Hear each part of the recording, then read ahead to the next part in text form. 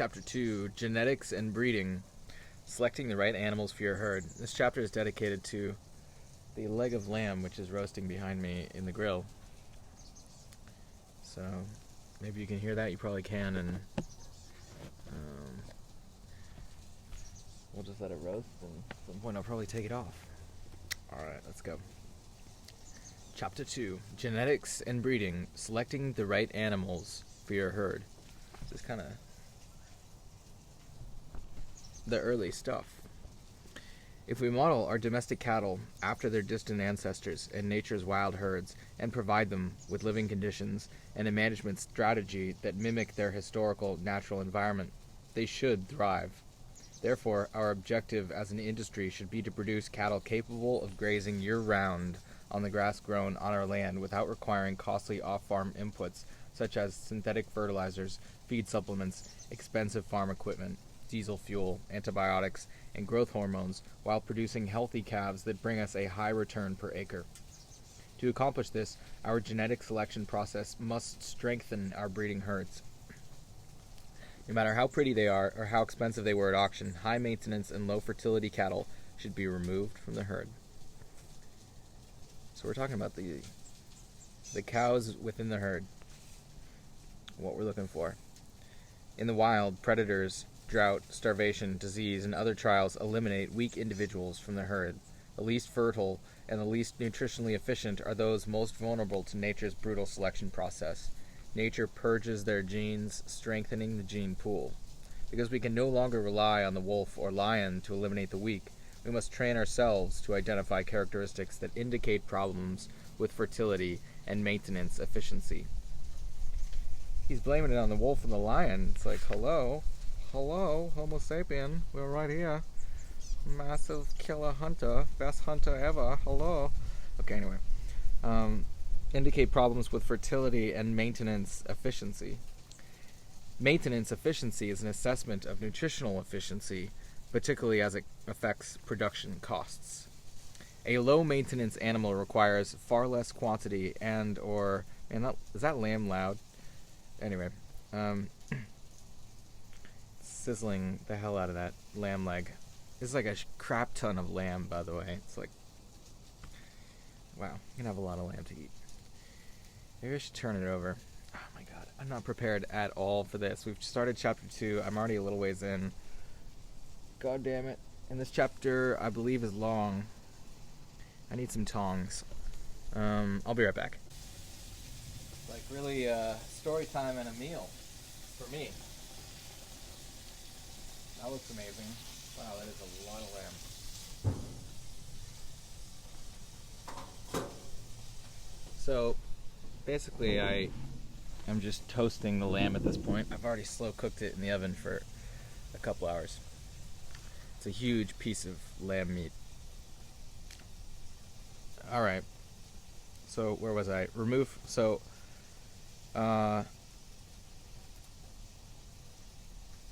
Basically, the maintenance efficiency of the animal is an assessment of nutritional efficiency, particularly as it affects production costs. A low-maintenance animal requires far less quantity and or quality food than does a high-maintenance one to maintain the same body condition and produce the same net income for the farmer.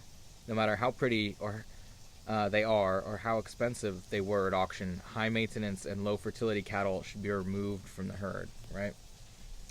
Among wild animals include wildebeest, bison, caribou, musk oxen, and moose. Individual members of the same species and gender are virtually indistinguishable physically. Yet, when these same wild animals are placed in our domestic care, sheltered from natural selection, their physical characteristics begin to change, as less fertile, higher-maintenance animals are allowed to survive. They definitely look different in the wild, too, sometimes. A single tightly constrained set of physical characteristics, see below, defines the most efficient, most fertile physical form of a species in any given environment. Deviations from this ideal are less able to cope with the environmental challenges experienced by the herd. Because animals adapt to the unique environmental challenges of an area, the physical characteristics of individuals from herds of the same species vary somewhat from one climate to the next. In domestic cattle herds, even in purebred herds that are all the same color, there is no uniformity. Our selection criteria have been based as much on the personal biases, moods, and prejudices of breeders as on the fertility and maintenance efficiency of the cattle. Although certain breed-specific characteristics may influence heat and cold tolerance to some degree, the most fertile and efficient cattle all have the same physical characteristics. In domestic cattle, there is as much variation in fertility and maintenance efficiency within a breed as there is among breeds. The pitfalls of single trait selection. When selecting and breeding cattle, we tend to be biased in favor of traits that are of particular concern to us, such as high milk production, wide hips for easy calving, long back, height, high weaning weight, and narrow shoulders, and against traits that have been problematic in the past. This is called single trait selection, and it is a dangerous trap. The ideal selection characteristics of breeding animals must mesh in a complete, balanced package of low maintenance, high fertility characteristics. There's a little bottom. He has these subsections in this book that are sort of like sub paragraphs or small essays. This one's my experience with single trait selection. When I took over the management of my family's farm, I tried to solve a high incidence of calving problems through what I now realize was single trait selection among my replacement bull purchases. I followed the advice of several breeders who recommended selecting bulls with narrow, smooth shoulders, thinking that the bull's offspring would calve more easily. In fact, quite the opposite occurred. Calving problems increased, and so did the bull's aggressive behaviors. Narrow shoulders in a bull are not a masculine trait. They are a sign of low testosterone. I also wanted to increase the quality of the calves. My intentions were good, but once again I made poor choices based on single trait selection. I chose top dollar bulls that showed exceptional daily rates of weight gain during feed trials at the bull testing stations, thinking that this would automatically translate to their calves. Instead, it caused a host of problems. Young bulls should not be fed a high grain diet to produce high gains during the growth stage in which they mature sexually. Doing so causes fat to be deposited in the testicles, which enhances scrotal measurements but prevents proper cooling of the sexual organs later in life, resulting in infertility. Moreover, because the less masculine, subfertile bull does not divert as much of his energy resources toward sexual maturation, he produces higher rates of daily gain than do masculine, fertile bulls entering this developmental stage. And because feed trials evaluating the weight gain potential of the young bulls typically coincide with the growth stage responsible for a bull's sexual maturation, my top dollar young bulls did not mature to become the most fertile bulls of the herd. Thus, selecting young bulls based on their weight gains during feed trials is a flawed approach to selecting a replacement herd sire. The most fertile bulls do not have the largest body sizes and highest daily gains. Excuse me. The most fertile bulls do not have the largest body sizes and highest daily gains. Consider how much bigger an ox is than a bull of the same age, for example. In retrospect, it is no surprise that my bulls' fertility deteriorated as they got older, even though they passed their semen evaluations at the bull sale. Last, high daily gains on a grain diet do not reflect how efficient bulls and their offspring will be on grass. My bull's performance on grass was terrible, costing a fortune in off-form feed supplements, mostly grain, just to keep them in good condition, a highly undesirable trait to pass on to the remaining herd. And yeah, I read chapter 2 a while back, and this is kind of fascinating. It's like interesting to look at this breeding issue, this breeding situation, because the job essentially is to be creating the highest performing, most efficient animals. And as we'll find, the bulls are extremely important because you tend to breed with one or several bulls into a population of many cows. And so the traits of that bull, your choice of bull is super important, because that is, as he is saying, going to influence the genetic traits of most of the rest of the herd. So cannot be understated how important it is to find your good bulls for the long-term success of your herd. So where are we? So that was the subsection. And now we're in the ideal selection characteristics of breeding animals must mesh in a complete balanced package of low maintenance, high fertility characteristics. Just as males and females are markedly different among wild animal species, our domestic cows should not look like bulls and vice versa. The physical expression of high fertility, low maintenance characteristics is a gender-specific package, although some individual characteristics may be shared. The complete package varies considerably from male to female because they have very different roles to fulfill within the herd. For example, broad hips are a feminine trait as long as they are balanced within the complete package, so the cow can fulfill her gender-specific role of bearing offspring. But broad hips on a bull are not a masculine trait because they are not required for him to fulfill his gender-specific role of protecting the herd and competing with other males. When we use single trait selection, we do not address the various aspects of fertility and maintenance efficiency as a balanced package, nor do we take into consideration gender-specific differences. Such an approach eventually fails because some traits are magnified at the expense of others, while other traits are overlooked until they become a concern.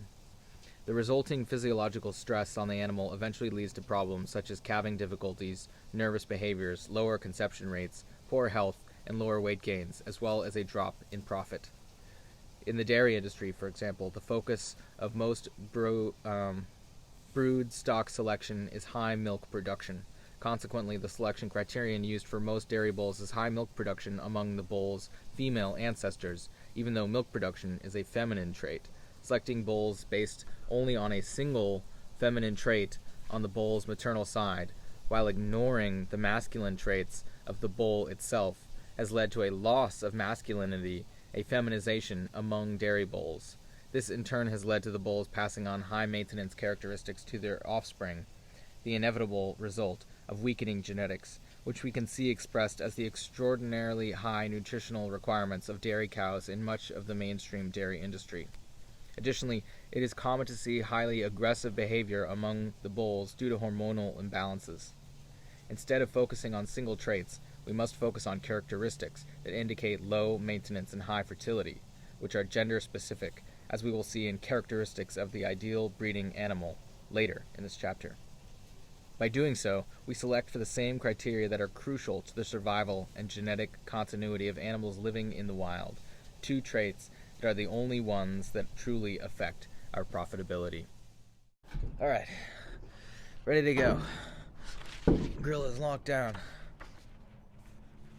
So we have the environment and climate, but I think I'm going to look at these. We have 4 types of cows and pictures of them: a Brahman, a Zebu, a Galloway, a Simmental. They look wildly different.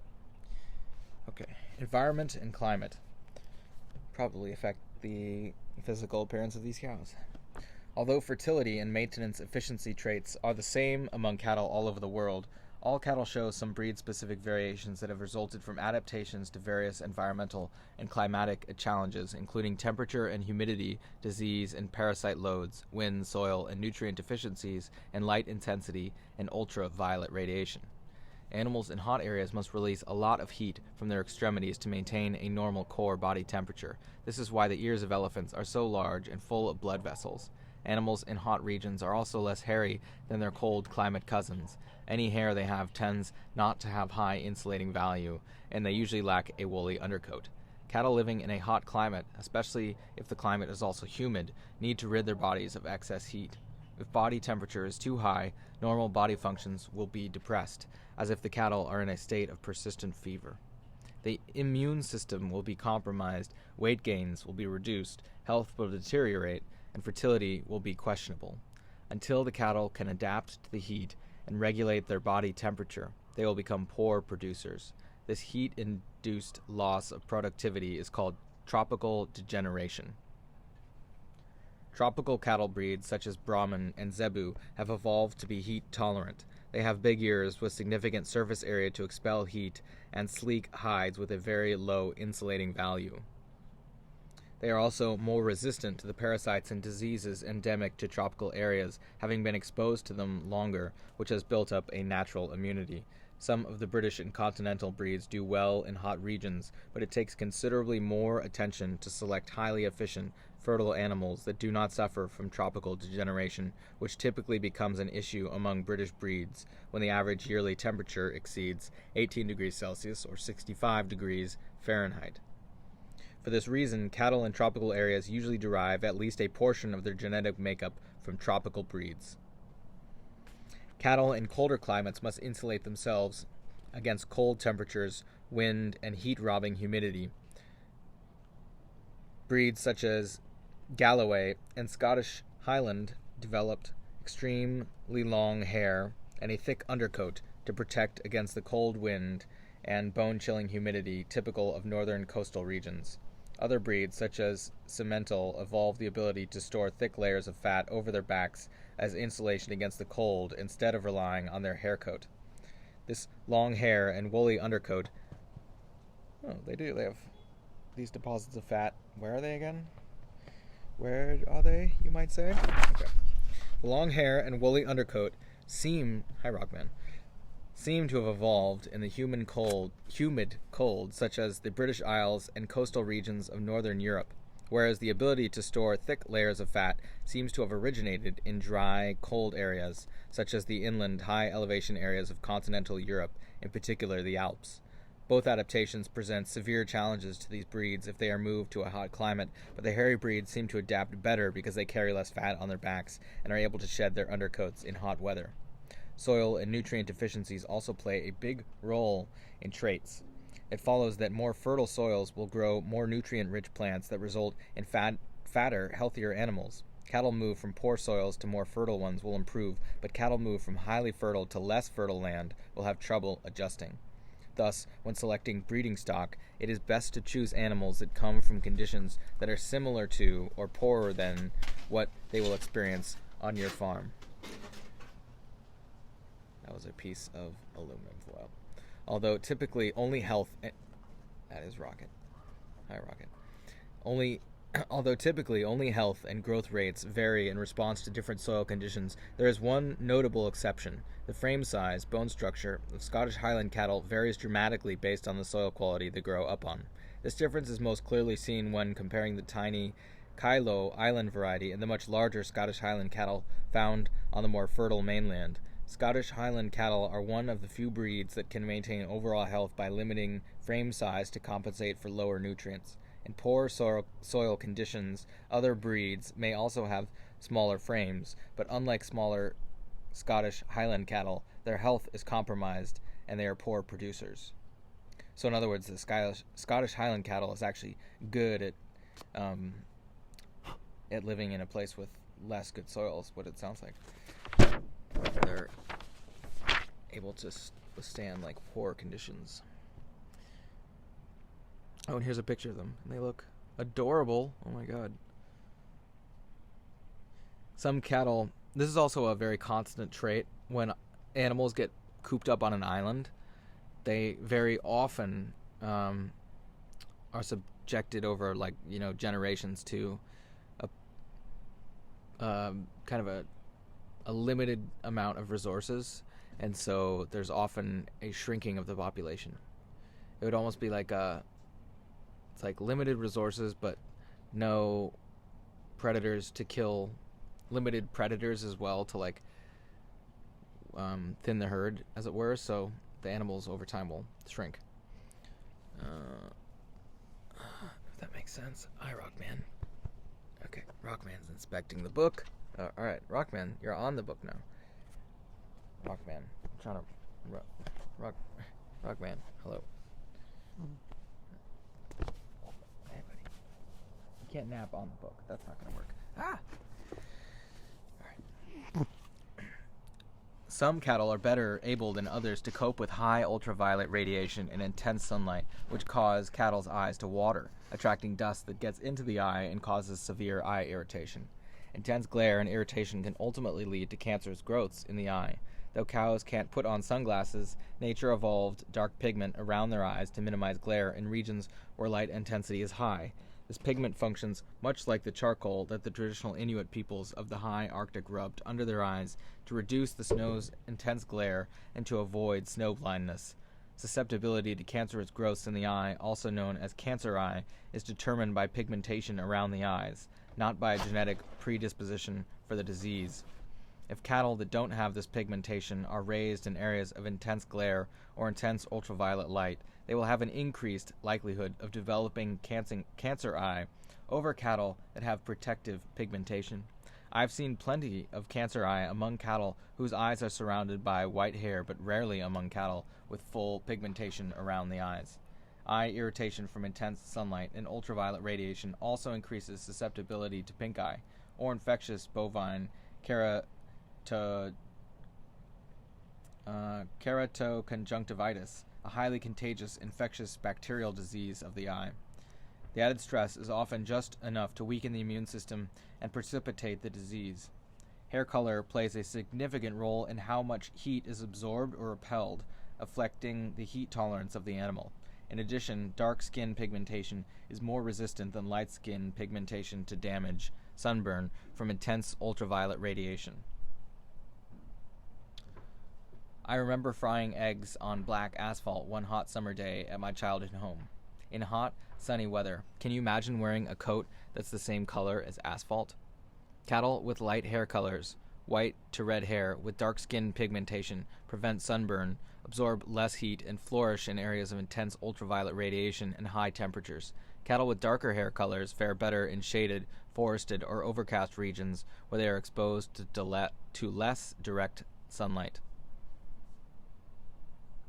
When you select animals for your herd, keep in mind the climatic challenges and conditions they will face while in your care. Will they need to keep warm through a long northern winter or survive the muggy heat or scorching desert of the south? What is the quality of the soil they will live on? Will they be exposed to strong, direct sunshine or bright, snowy weather? Characteristics of the ideal breeding animal. Among most wild species, there are marked physical differences between males and females. These physical characteristics are a direct result of the interaction between sex and growth hormones. As a result, physical appearance of genders is directly related to their gender-specific roles in the herd. The cow's role. The female is responsible for producing offspring to maintain the continuity of the herd. To accomplish this, she must give birth to a live, vigorous calf that gets up quickly, suckles, and follows the herd almost instantly so it will not fall into the clutches of the wolf. The cow must maintain her physical health, fertility, and reproductive functions over the course of the year, which she accomplishes by storing fat on her back during seasons when food is plentiful and rationing it out during seasons when it is scarce and of lower quality. She must resist parasites, regulate her body temperature throughout the seasons, and graze efficiently in competition with the other cows in the herd. She must be highly fertile and come into estrus during the brief breeding season. Delivery must be timed to coincide with the birthing season of nature's many wild prey animals. During this time, the overwhelming number of babies born reduces predation pressure on her safety in numbers. She must produce proportionately sized calves so she can give birth unassisted. She must have good mothering instincts and produce quality milk for her calf. The bull's role. The bull's function is to breed once a year and to pass on quality genes that produce maintenance, efficient, fertile daughters and sons. To achieve this, he must be large and strong enough to compete successfully with other males for females, but not so large that he risks collapsing young heifers under his weight during breeding. He must be adept at displaying his physical power and interpreting the other bull's displays of aggression in order to minimize physical fights when the dominance hierarchy is being established. This helps the bull avoid being killed or injured in battle, which makes him a target for predators, and allows him to continue fulfilling his function as a breeder. In other words, the bull has to be a well-adjusted male, capable of walking the walk and talking the talk without fighting. Fighting excessively to prove strength is the sign of a subfertile bull. A bull must keep his sexual organs safe from injury and regulate the temperature of his scrotum to ensure his fertility during the breeding season. He must resist parasites, regulate his body temperature, store fat on his back to survive the drought season, and compete for his share of food. When we take this information into the pasture to look for breeding stock, the characteristics outlined on pages 26 to 27 are the ones that indicate high fertility and maintenance efficiency. And they have 2 cows. You can see the different pictures. And basically the cow who's more high maintenance and subfertile has, I guess you'd say, like more masculine characteristics, whereas a feminine, low maintenance, highly fertile cow, what we're looking for, looks more feminine. You know, it's like a little bit similar to people, but cows are definitely, I don't know, it's like the same characteristics but then translated on a cow. That's how you put it.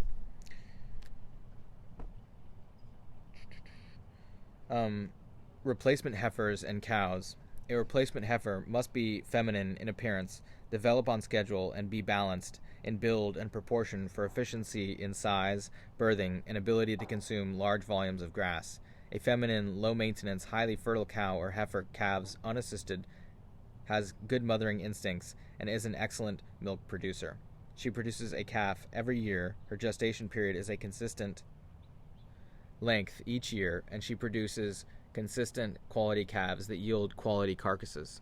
She is relaxed and resistant to stress, diseases, and parasites. She and her daughter should cycle for the first time at 10 months and conceive at 14 months. She will produce top-notch offspring each year from your grass without expensive feed supplements by supplementing herself during the drought season with the fat stored on her back. Finally, she will be long-lived, thus minimizing the cost of expensive replacement heifers. The bull, your herd sire. Your herd sire should be a masculine bull with wide shoulders, a thick, short neck, a coarse head, and curly dark hair on the front and lower half of his body. He should be well-muscled, compact, and balanced in his frame and build, and have large, well-formed sexual organs. Do not compromise. If you pick a bull that resembles a steer to be your herd sire, he'll be about as effective as a steer when it comes time to breed your herd. Feminine traits in a bull will bring you grief. A well-balanced masculine bull is a low-maintenance, highly fertile, with a high libido, and able to perform his job admirably. He will be able to breed on pasture without losing weight, will not be excessively aggressive, and will be able to assert his place in the social hierarchy without sustaining deliberate battle injuries. After the struggles for dominance are over, he will fulfill his role as a breeder. The dominant herd bulls breeds 90% or more of his harem. The younger, less dominant bulls have to share the remainder. The low-maintenance, highly fertile bull produces a uniform crop of calves having uniform birth weight, similar to what his was. A masculine bull's daughters will mature early, and his sons will yield top-notch carcasses. He will be ready to breed at 14 months, the same time yearling heifers are ready to breed for the first time. He will be disease and parasite resistant and will live efficiently off your grass without expensive feed supplements as long as your management system supports this. In contrast, a high-maintenance, subfertile bull has an inconsistent calf crop with widely ranging birth weights, infertile daughters that are prone to calving difficulties, and sons that are slow to mature, slow to finish, fattened for market, and costly to raise.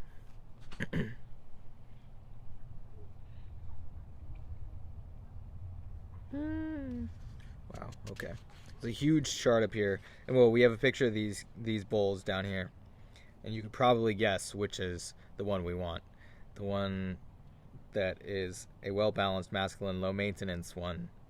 I mean, it looks like a bull that you'd see in a bullfight, right? It looks like a badass. A replacement heifer. What to look for. Remember, all these points must come together to form a balanced package that allows the heifer and or cow to fulfill her gender-specific role within the herd. Isolating any one of the following points would simply result in single trait selection. So we're going for a well-balanced, good-looking, something that, hits you right in the gut. Feminine appearance. A feminine appearance is a direct result. So this is for a cow. We're back to cow. A feminine appearance is a direct result of the interaction between her sex and growth hormones. When her hormonal balance is correct, she will grow up to be well proportioned according to her gender-specific role in the herd. She will have a slender build, and her front quarters and neck will be sleek and light, whereas her hindquarters will have depth, broad rump, lengthy between the hip bones and the pin bones to fulfill her role of bearing young. Likewise, she will have a large stomach capacity, with the largest diameter of her body being the mid-rib area, both for feed efficiency and for bearing young. Wide rump. Think childbearing hips. A wide rump is an expression of femininity. It indicates high fertility, nutritional efficiency, the ability to store meat and fat easily, and adequate space for a calf to squeeze through during birth. A well-formed udder. The cow should have well-formed teats and a nicely shaped, hairless udder. The openings in the teats should be well formed, not too big to invite dirt and disease, and not too small to restrict milk flow. Coke bottle teats, pendulous udders, and other deformities are not acceptable. They are signs of disease and weakness. A heifer should have a tight, proportional, hairy udder with tiny teats. After she has cycled a few times, her udder will drop somewhat and lose its hair. Deep heart girth. This is the sign of a low-maintenance, calm animal. A deep heart girth adds weight to the carcass. Not sure what that means. Deep flank. A pinched flank is a sign of a stressed, high-maintenance cow. A pinched flank on a bull is less significant. It does not necessarily indicate a high-maintenance bull. Feminine shoulders. Shoulders should be lean, loose, relatively lightly built, and should move freely, yet they must be proportionate. Narrow, pinched shoulders are the signs of a high-maintenance cow. Wide, heavy shoulders are a masculine trait that indicates a deficiency in female hormones. Well-proportioned neck. A long or pinched neck creates a disproportionate animal. Think of balance. When balance is disturbed, the result is a stressed, nervous, high-maintenance animal. Proportionate length. Extra-long animals may seem appealing to the butcher. He can cut a longer loin, but in truth an extra-long animal is high maintenance and gains weight slowly, cutting into your profit margin. Identical rump and shoulder length. Balanced proportions are key. Large gut capacity. A large gut enables her to be an efficient grazer, gathering as much food as possible during a grazing session. Wide mouth. The larger her mouth, the more food she can stuff into it with each bite. It's all about efficiency on pasture. The grass won't be green forever, so she has to make the most of it while it's there. Big nostrils. Make for ease of breathing. Naturally shaped back legs, not post-legged. Legs are free of structural defects and show a solid posture. Tall, straight, hocked hind legs on a heifer will be your doom at calving time. So not too strong, long legs in the back. Compact build. Tall, big-framed animals are out of balance, high-maintenance animals. Contrary to popular coffee shop wisdom, a large-framed animal does not calve more easily. Dark hooves seem to have a lower incidence of lameness. Pigmented skin. This is particularly important in areas of intense sunlight and or intense ultraviolet radiation. Short, thick, shiny hair. Shiny hair is caused by the natural secretion of body oils in a healthy animal and is more parasite repellent. Long, dull-looking hair is a sign of compromised health and a target for parasites. Hair sheds out completely. If hair is retained by an animal after the normal shedding season, it is a sign that the animal is either out of balance or has a mineral deficiency. Dark hair around the eyes. This is particularly important in areas of intense sunlight and or intense ultraviolet radiation. Thick, loose hide. This indicates a relaxed animal. A loose hide is more parasite resistant. Unassisted calving. This is an absolute must. No excuses. Cycling at 10 months and conception at 14 months. A fertile heifer does not have to be a 2-year-old before she is bred. Weight of about 1,000 to 1,200 pounds. This is ideal for a cow. A large frame cow has a much higher maintenance cost but still produces only one calf per year. You want the highest return per acre, not per cow. It's all about efficiency. See A New Way of Thinking in the introduction. We remember that. And now we have the same exact chart, but for the bull. a bull what to look for. As with a replacement heifer, all these points must come together to form a balanced package that allows the bull to fulfill his gender-specific role within the herd, isolating any one of the following amounts to single trait selection. So we want to fall in love with this bull. Masculine appearance. Think of the manly man on the front cover of a Harlequin romance novel. Like him, the bull should have wide shoulders, a deep chest, thick curly dark hair on the face and chest, thick skin, a wide jaw, and a big gut, and be of ideal size, not huge, not tiny. Yes, it's a stereotype, but I guarantee you will remember it when you go into the bull pasture. Get off, bug. Wide shoulders. To compete with the other bulls in the herd and provide the herd protection, the bull must present a strong front and have the strength to back up that appearance. Thus, bull calves will develop broad, masculine shoulders as they mature as a direct result of a healthy interaction between their sex and growth hormones. Deep heart girth. Oh, this one again. This is the sign of a vigorous, low-maintenance, calm animal. Deep heart girth adds weight to the carcass. Deep, wide chest. Again, this is the sign of a low-maintenance, calm animal. The chest cavity must be large to contain a strong heart and large, strong lungs, and provide him with a powerful stance with which to face predators and other competing bulls. A large gut capacity. Many of these are similar to the heifer. This allows him to maximize his grazing. A larger gut allows more grass to fit into his rumen in a single day. The rumen being the cow fuel tank. Short, heavy neck. Unlike the cow, whose neck should be proportionate, the bull's neck should be short. A short, muscular neck is more powerful than a longer one in a fight and is less prone to injury. It is the product of a healthy interaction between sex and growth hormones during the bull's development, and as such is a good indication the bull will have a healthy libido as an adult. Coarse head.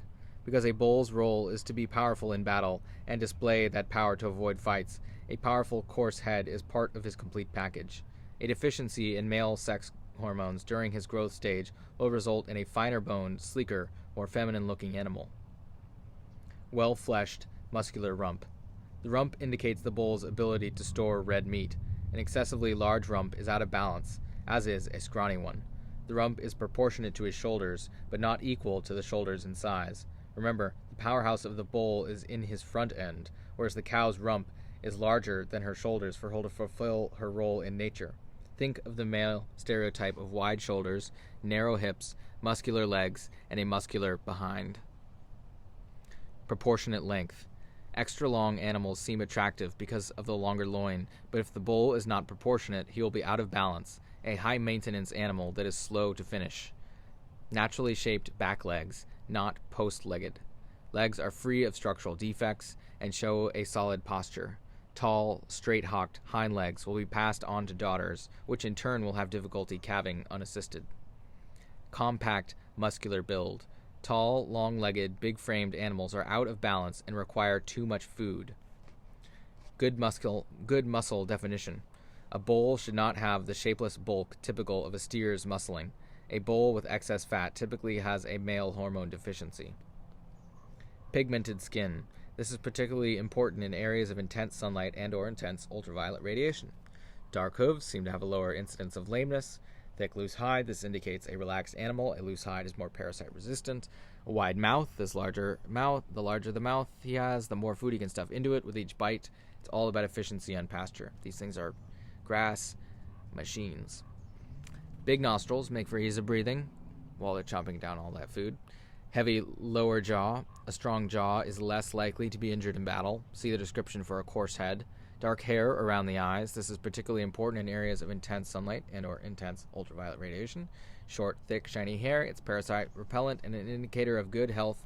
Long, dull-looking hair is a sign of compromised health and a target for parasites. Hair sheds out completely. Hair retained after normal shedding is a sign of an unbalanced physical form or mineral deficiency, just like the heifers.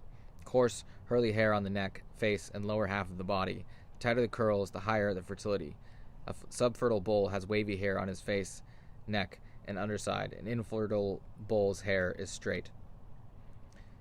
Darker hair on the lower half of the body, neck, and face. This is caused by an oil secreted due to a high presence of male hormones. Minimum 36 centimeter scrotal circumference at age 12 months. Be sure that fat from a high-grain diet doesn't contribute to scrotal size, which does matter for a bull, and in this case, bigger is better. The bull's teats should never be developed, and large teats are a sign of a hormonal imbalance and a lack of libido. The scrotum hangs straight down without a twist. If the scrotum is tucked too close to the body, we're in scrotum territory, the sperm will overheat. If it's dangling like a bell, it will be injured. A twisted scrotum is out of balance. Yeah. Both testicles the same size. This is an absolute must for high fertility in a bull. Hypoplasia, underdevelopment, or incompleteness of one testes indicates a deficiency in male sex hormones. The underdeveloped testicle will eventually become sterile.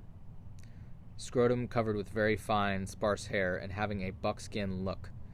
Buckskin skin pigmentation on the scrotum makes it more resistant to sunburn, warts, and infections. The fine, sparse hair has no insulating value, which helps keep the scrotum cool. Tight sheath. An enlarged or floppy sheath is either the sign of a past injury or an invitation to disease. An enlarged sheath typically goes hand in hand with weak sphincter muscles, which operate the sheath opening, thus allowing the bull's prepuce to protrude and dirt and bacteria to enter. An excessively small sheath or sheath opening will impair the bull's reproductive functions. Remember, the healthy development of the reproductive organs is a direct result of the bull's hormonal balance and fertility. Masculine appearance with a fully developed scrotum by 12 months of age and able to breed comfortably at 14 months. This is the same age at which young heifers are ready to be bred for the first time. Weight of 1,200 to 1,500 pounds. This is the ideal size for a mature bull. As is true of bison, the male is bigger than the female, but is not enormous. The male hormones of a masculine bull will halt his growth once he reaches his ideal weight.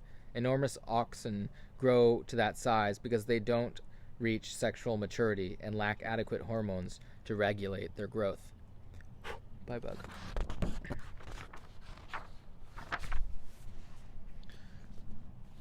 Here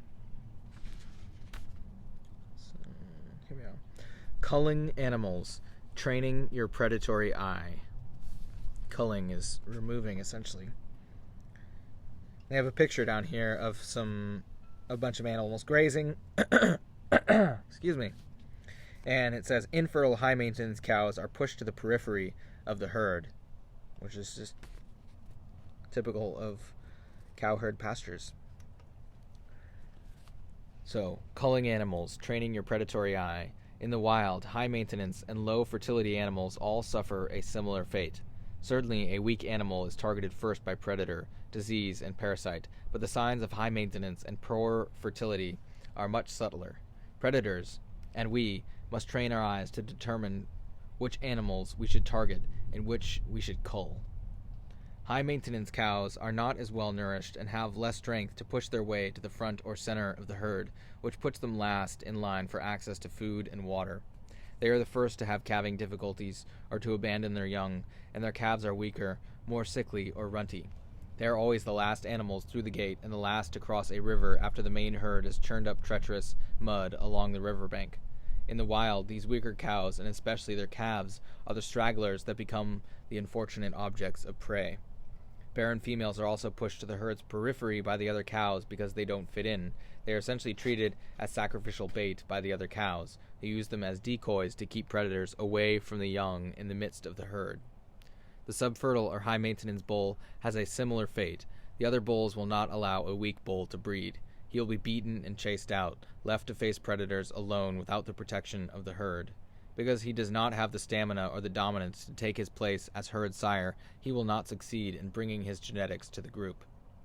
Individuals in domestic cattle herds display the same subtle signs of weakness that tell the predator which animal to select as its prey. We must train ourselves to recognize these subtle signs of weakness, infertility, and maintenance inefficiency.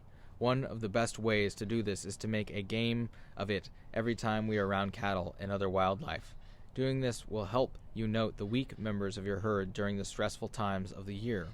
Drought, winter, parasite season, breeding, calving, herd moves, and times of competition for resources, among others. By recording ear tag numbers of animals that show signs of weaknesses, you can identify them again at a later culling date, even if good weather and lush grass have masked the obvious signs of a high-maintenance or subfertile animal. As you train yourself to see like a predator, ask yourself the following questions. What do the mothers of your best, most vibrant, healthiest calves look like? You probably already know which mothers are your best cows, producing top-notch calves year after year. Do they fit your mental image of a highly fertile, maintenance-efficient animal? What about the mothers of the runty calves? Do they have similarities? Birds are chatting about something or other. Do they have similarities? What do the cows that have calving difficulties look like? Carefully survey their physical characteristics before removing them from the herd. Knowing how to recognize what you don't want is an extremely powerful skill. What do the cows and heifers that fail to conceive look like? What do the late calvers look like? What do the cows and bulls look like that are performing poorly during drought, winter, or harsh weather? Which animals are always covered by flies and other parasites? Which animals are slow to shed their winter coat or fail to shed completely? What do the nervous animals look like? Which animals are submissive? Which are too aggressive? Which animals are slow to fatten up on the lush spring grass? Which are the bulls whose calves experience difficulties at birth? What do they look like? Which are the bulls that have poor semen tests and are overly aggressive, meek, in poor condition, or under the weather? Weak animals are the first to get sick, and a sick animal is the best teacher in identifying the physical traits of a low-fertility, high-maintenance animal. Breeding for your target market. It is important to know what market your livestock is destined for when selecting animals and designing a breeding program. It is a feedlot that simply buys calves to fit into various weight classes for a commodity market. Is it that, or is it a direct market for finished beef animals? How many months of the year do you need to supply meat? Is the meat sold by the side, the cut, or the pound? What kind of meats do your customers want? The end product determines what frame size you will look for when selecting animals, which breeds are easiest to market, how long your breeding season will be, and what kind of breeding program you will choose. For detailed information on determining your target market, see chapters 15 through 19. Knowing how to recognize what you don't want is an extremely powerful skill.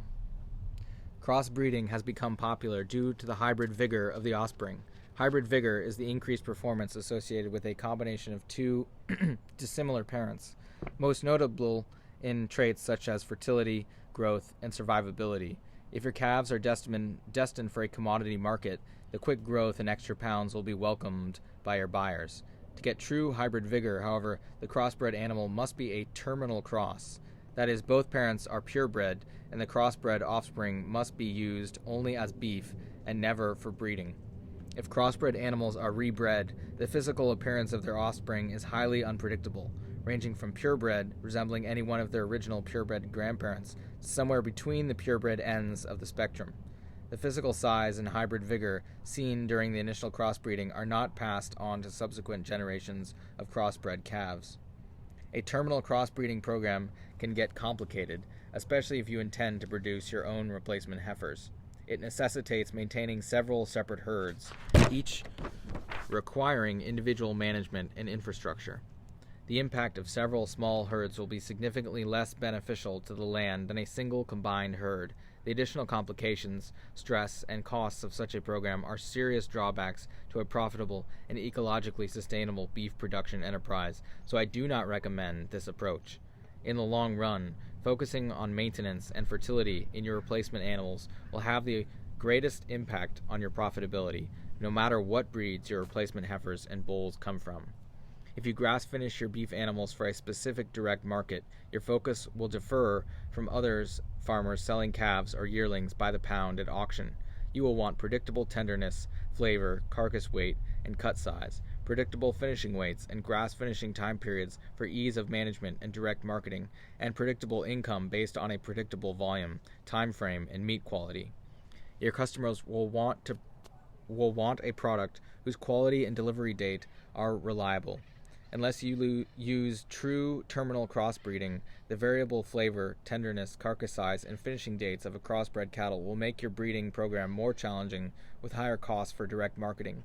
Selecting breeding stock from the same breed or from breeds with similar frame size, carcass weight, climate adaptations, growth rates, fat distribution, and muscle fibers, for example, Red Angus, Black Angus, and Galloway, produces the most predictable calf crop for your direct marketing program.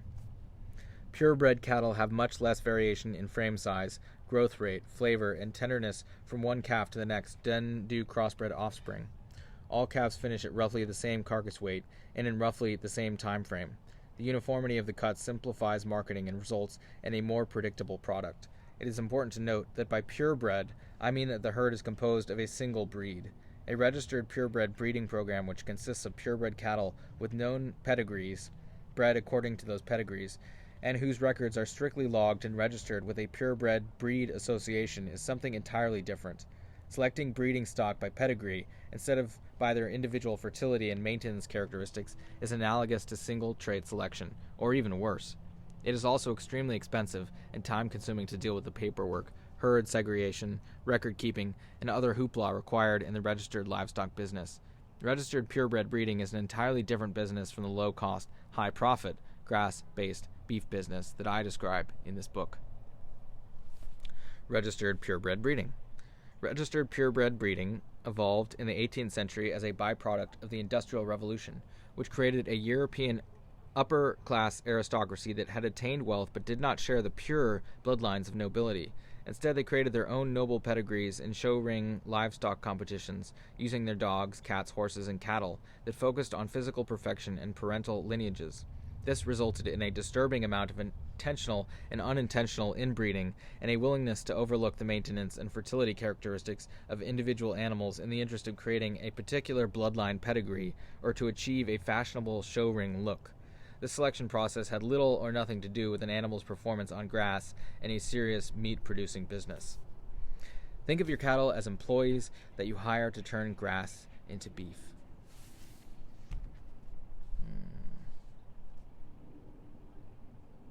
They're your employees. They also are the beef. But they're your employees. But they are the beef. Yum. Though much has changed since then, many of the selection criteria in the registered breeding business continue to be based on single trait selection to emphasize trendy physical traits for the show ring. The bias towards parental lineages also continues to overshadow the importance of maintenance and fertility characteristics in individual animals. The countless health problems of the purebred dog breeding industry, ranging from the more common cases of hip dysplasia to rare nervous system disorders such as narcolepsy, should be a warning to us. Many registered purebred cattle are on the same dangerous path, peppered with countless health issues, calving problems, cesareans, and unnecessary calving-related deaths, all because we have bred cattle that never should have been allowed to breed. These flawed selection criteria are not restricted to the purebred industry. Sadly, contributing to the problem is the fact that selection criteria established by the purebred industry for the show ring are frequently adopted by the mainstream beef industry when selecting replacement animals for the beef market. The purebred industry's role as a supplier of breeding stock, especially bulls, to commercial producers, along with their registered status, has given their show ring-oriented selection criteria an unquestioned and often undeserved legitimacy in the commercial beef industry. I remember one reputable registered purebred breeder who proudly showed me the best, in quotes, cow in the herd. We have to assist her calving every year, and she needed an operation when she was young because of a deformity in her reproductive tract, but she's the most expensive heifer we have ever bought. She's a direct descendant of the famous lineage. She's so pretty, and she produces our biggest calves. I felt truly sorry for this breeder's cattle. This is not to say that all breeders of registered purebred cattle breed ticking time bombs. Many of them have excellent cattle, but it is important to be wary of breeders who emphasize single trait selection or focus on glowing descriptions of parental lineages and show ring values. Ain't that so? Think of your cattle as employees that you hire to turn grass into beef. Would you hire an employee to work on your farm based on his or her parents' aristocratic lineage or his or her pretty face without ever asking to see a resume of qualifications and experiences? Gosh, no one's ever done that before. Line breeding versus inbreeding. Line breeding and inbreeding both involve the crossing of two closely related individuals, but the outcome is different with each process. When two unrelated animals are bred, their offspring choose the best genes from their parents' gene pools. When two closely related cattle are bred, however, their gene pools carry many of the same traits, resulting in a much smaller variation in genetics from which the offspring can choose. As a result, traits common to both tend to be magnified, and recessive genes common to both may be expressed in the offspring, even if neither parent shows any physical signs of them. If both parents are genetically sound, their offspring will be even better off. Good traits are easily magnified. When the outcome in offspring is positive, we call the process line breeding, a common practice used by breeders of purebred cattle, horses, and dogs. If the parents have poor genetics or carry negative recessive traits, these characteristics can also be expressed and magnified. This is called inbreeding. Producing your own bulls. Grass-based natural beef producers are able to produce their own heifers and bulls. No bull is better adapted to your environment and to your grass-based management program than one that was grazed on your land and exhibits low maintenance and high fertility characteristics. With a rigorous genetic selection program to cull less fertile, high-maintenance animals from the herd, some purebred line breeders have managed to successfully breed their bulls for many generations without introducing new off-farm genetics. Thus, they have produced extremely consistent, exceedingly fertile, efficient bulls and replacement heifers. In nature, large herds have so many herd sires that inbreeding doesn't happen very often. Because only the strongest genetics are capable of surviving nature's many dangers, the herd is kept sound enough genetically so that most closely related pairings result in line breeding that improves the herd. A very large cattle herd with many herd sires could be managed relatively safely in a similar manner, but only if the breeding stock selection and culling are extremely rigorous to remove genetically poor animals. If you keep only the very best bulls and heifers, any closely related pairings should contribute positively to the herd's genetics. Much smaller wild herds can also survive virtually isolated from outside genetics. For example, musk ox herds in the high Arctic are typically composed of closed family groups of 25 to 50 animals per herd. These little herds are very closely related, but the rigors of natural selection, through cold, wolf attacks, and hunger, make their genetics extremely resistant to the effects of inbreeding. In effect, they show a very high incidence of line breeding. It is only the outcome that separates the two. Periodically, it is a lone bull from another herd that joins the herd and introduces new genetics, preventing the gene pool from becoming stagnant. With a rigorous culling program to keep your herd genetics clean and a small amount of extra work and record keeping, you should be able to produce bulls in small domestic cattle herds without the ill effects of inbreeding. Here's how. 1. Identify your very best older cows, the ones that have been consistently producing the best calves without any calving difficulties or health problems. 2. Breed these few best cows separately to your best bull after he has completed his full breeding term in the main herd, usually a maximum of 3 years to avoid inbreeding, and choose your potential herd sires from among their male offspring. To breed them separately, separate them from the main herd for the brief duration of the breeding season or an even shorter period of time, ideally no more than 21 days if they are very fertile. See the section on breeding in Chapter 3. As soon as you see a cow being successfully bred, she can rejoin the main herd. Number 3. Breed your top producing cows separately from the main herd year after year. If you keep a bull calf from one of these top producing cows, sell any heifer's calves by the same mother and father to avoid ending up with full sisters in the main herd. Likewise, if you keep a heifer calf from one of your top producing cows, don't keep any of that cow's bull calves with the same father. If you frequently change sires among your top producing cows, these losses will be minimal. If you change yearly, there will be no possible full sisters. If you change every 2 years, there will be one possible full sister, etc. I think I probably have to go back and reread all that. Breeding top cows separately prevents mother-son breeding in the main herd. If your top quality bull is related to any of the top producing cows that you breed separately, his mother can be moved back into the main herd for that breeding season. An off-farm bull should be introduced into the herd periodically to bring genetic variety to the herd. Oh, just over an hour. That hurts. I know. Maybe I can cut some stuff out of this because I had some stuff maybe I can cut, Or maybe I'll reread it. I'm not sure. So I'm not sure how this went with all the lamb business, but yeah, that's the end of chapter 2. So we're talking about cows. I should stop saying cows because cows are really female. Heifers. We're talking about heifers and we're talking about bulls. I'm talking about cow love and like how that cow love can lead to the most beautiful cow herds if we play Cupid in the right way. And with that, have a lovely rest of your day or night. Ta-ta.